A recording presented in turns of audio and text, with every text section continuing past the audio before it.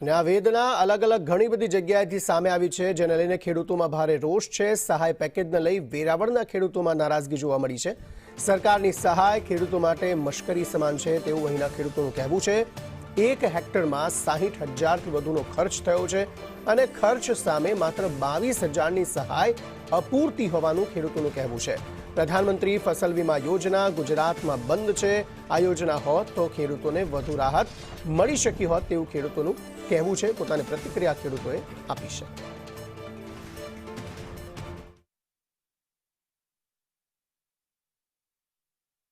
કમોસમી વરસાદે ખેડૂતોની કમર ભાંગી નાખી હતી અને બેહાલ બનેલા ખેડૂતોની વહારે રાજ્ય સરકાર આવી છે। કહી શકાય કે રાજ્ય સરકારે 10,000 કરોડનું ઐતિહાસિક કૃષિ સહાય પેકેજ જાહેર કર્યું છે। જે પેકેજ જાહેર કર્યું છે એમાં સરકારે જે કાયદેસરનું જે નુકસાન છે એ પ્રત્યે કંઈ ધ્યાન આપ્યું નથી અને ખેડૂતને અત્યારે 100% નુકસાન છે અને આમાં ખેડૂતને 22,000 રૂપિયા હેક્ટર દીઠ આપ્યા છે તો ખેડૂતને પોતાને 60,000 રૂપિયા પર્યંત નુકસાની છે। હવે આમાં 22,000 રૂપિયા આપ્યા છે તો ખેડૂતને શું ફાયદો? કારણ કે ખેડૂતને આમાંથી કોઈ રાહત મળવાનો કોઈ હેતુ છે જ નહીં અને કોઈ ખેડૂતને ફાયદો આમાં છે નહીં। મુર્ગાની વધારાની નુકસાની છે એ ખેડૂતને કંઈ મળ્યું નથી।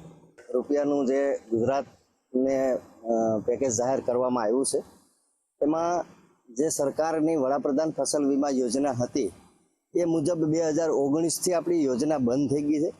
ખેડૂતોની કરોડરજ્જુ સમાન જે યોજના નરેન્દ્ર મોદી સાહેબે બનાવી હતી તેને સેલ્યુટ છે તે યોજનાને, પણ કયા કારણોસર ગુજરાતની અંદર તે યોજના બંધ કરી દેવામાં આવી।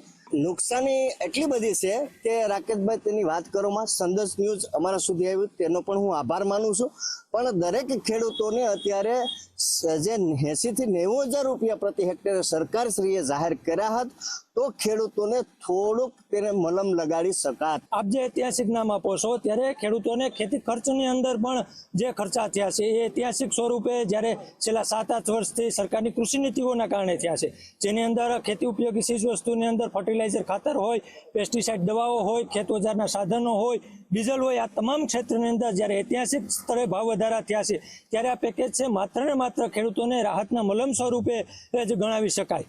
અને સ્વામિનાથન આયોગ કમિશન C2+ની ભલામણ મુજબ જો સહાયની ચૂકવણી કરવામાં આવે તો ખર્ચના 50% મૂલ્યમાં, એટલે કે પ્રતિ હેક્ટર જો 90,000ની સહાય ચૂકવવામાં આવે તો ખેડૂતો છે એ ફરીથી પગભર થઈ શકે એમ એવી સ્થિતિમાં આવી શકે એમ છે। અત્યારે રાજ્ય સરકારે 22,000 રૂપિયા જાહેર કર્યા છે પણ તે નથી। 60,000થી 70,000નો હેક્ટરે ખર્ચો આવી જાય છે ખેડૂતને, 100% પાક નુકસાની છે એ માટે આ યોગ્ય નથી।